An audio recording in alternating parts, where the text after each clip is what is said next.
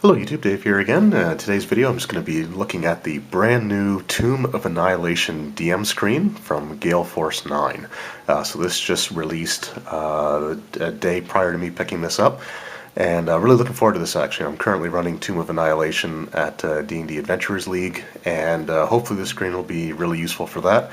I also have just in the background my other two Gale Force 9 screens, the Curse of Strahd and the Elemental Evil.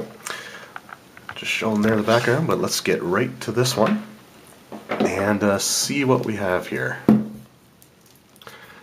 I guess I should actually just show what this says here. So it's just the little marketing thing. So it says this screen is the perfect companion for those dungeon masters running the Tomb of Annihilation adventure or any trek through the jungles of Chult. The front features mysterious images of the jungle and its inhabitants, while the back displays extensive encounter and treasure tables, as well as all the information a dungeon master might need to handle jungle exploration. Alright, so let's see if we can just get this open here. So at some point I'd actually like to get all of the screens that came out for all the different adventures. I think everyone with the exception of Tales of the Yawning Portal have had a screen to accompany them. So we'll just move that out of the way. And we'll look at the player-facing side first.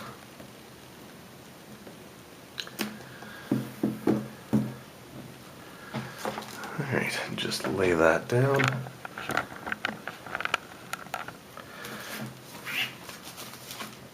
Alright, so this is what the front of the screen looks like. I actually like the green double face with Tomb of Annihilation. I actually really like that quite a bit.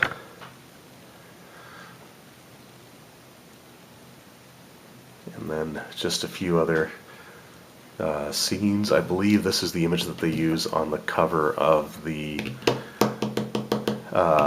Tomb of Annihilation board game, which I don't think I'll be picking up, but I do remember seeing that before. I want to say that's Ross Nisi. And then we just have not Skullport. We have Port Nyanzaru. You see like the street there and the person riding the T-Rex and the dinosaurs, and that's actually really cool. I actually like the front art quite a bit. I mean, all these screens that I've seen so far have had really nice art on the fronts. But let's see what's on the DM side.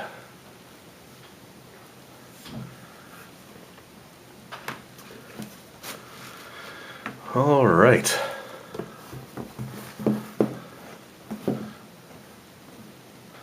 So, on the DM facing side here, we've got the encounter tables for the Forbidden City of Amu. The Wilderness one takes up quite a bit of space on the screen. The Port Nyanzaru encounters. Treasure tables.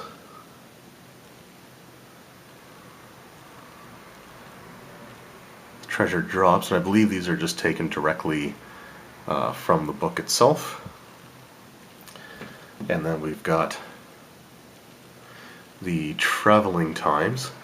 And what's actually interesting is, I'm just gonna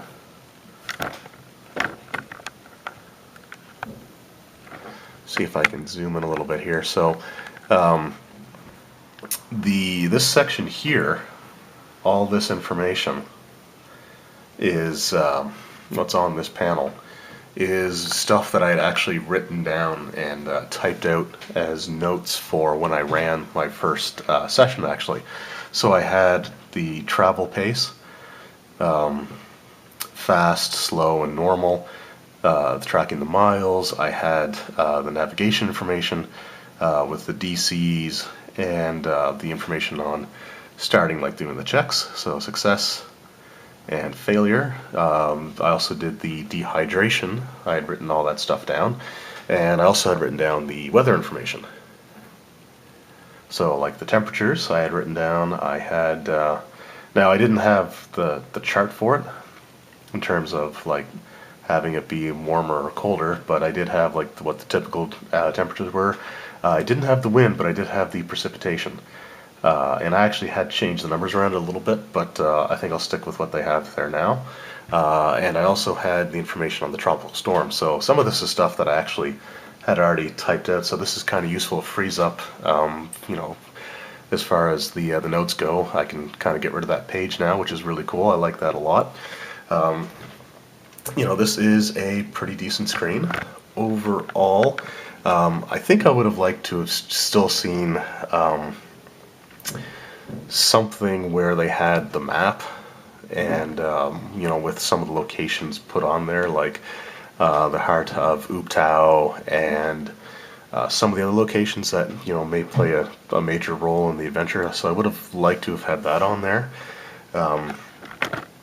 Although, I mean, the encounter tables are great. They do take up a lot of space, unfortunately. And to me, I would rather have had this taken out and just bookmarked the page where the charts are on, and have like the map with a listing of like the names of the important locations. So that's pretty much my only major concern with it, actually. I mean, you know, the artwork on the inside does look really nice. You know, I like the goblin battle stack. Some of the other treasures there look really nice. You know, I think that the inside looks more pleasant and colorful than the DM screen reincarnated.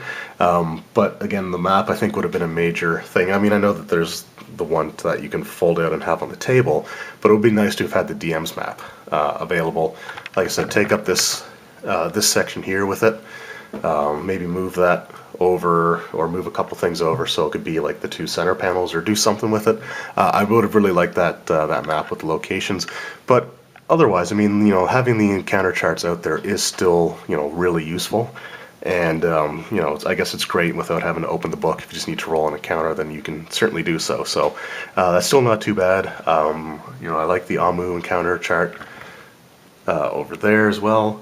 The treasure tables, since it's not normal treasure, like these are all more or less useful items. Like I don't think any of them are actual magic items, except for I do see like potions of healing.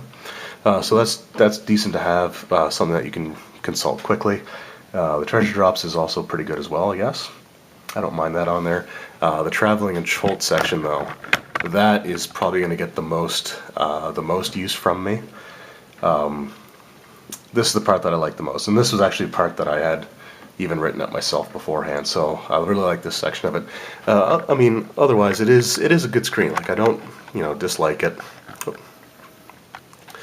I just really would have liked that map, and that's the one thing that does kind of bother me a bit. But I mean, I guess if I was willing to bookmark the wilderness encounter table in the book, I can just as easily use the bookmark, I guess, for the map. But having like the map and the key to all the like the names of the locations, I thought is something that would have been really useful, because I only plan on having the player side on display, like the player side of the map that comes in the Tomb of Annihilation book, which is largely blanked out. So that's the one that's going to be out in the open. So anyway, still, like I said, it's a nice screen. I do like these Gale Force 9 ones quite a bit. And I like the fact that, you know, it's all information that's actually pertinent to the Tomb of Annihilation adventure, as opposed to, for example, in Prince of the Apocalypse. I mean, I love that screen, but it has all like the conditions and stuff like that that's been in both of the regular 5th edition screens, and I'm sure other ones have had it as well. So I'm glad to see that everything in here is actually specifically meant for the Tomb of Annihilation itself. So I do like that. Overall, I'm looking forward to the next time I run Tomb of Annihilation for D&D Adventures League. This will be the screen that I take. I just think that it, you know, looks really nice. Love the artwork on the other side here. And in my opinion, if you're running this, then, you know, this is probably a pretty decent addition to running that campaign. So anyway, let me know what you guys think, what your opinions are, and like I said, I'm looking forward to using this. But let me know, you know, if there's anything that you would have changed, or something that you would have preferred to be on there, and something you would have liked taken off.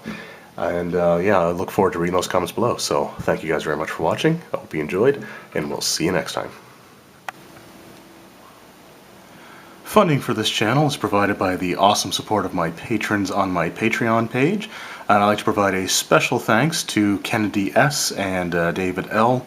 You guys really help make this possible for me to continue making these kinds of videos.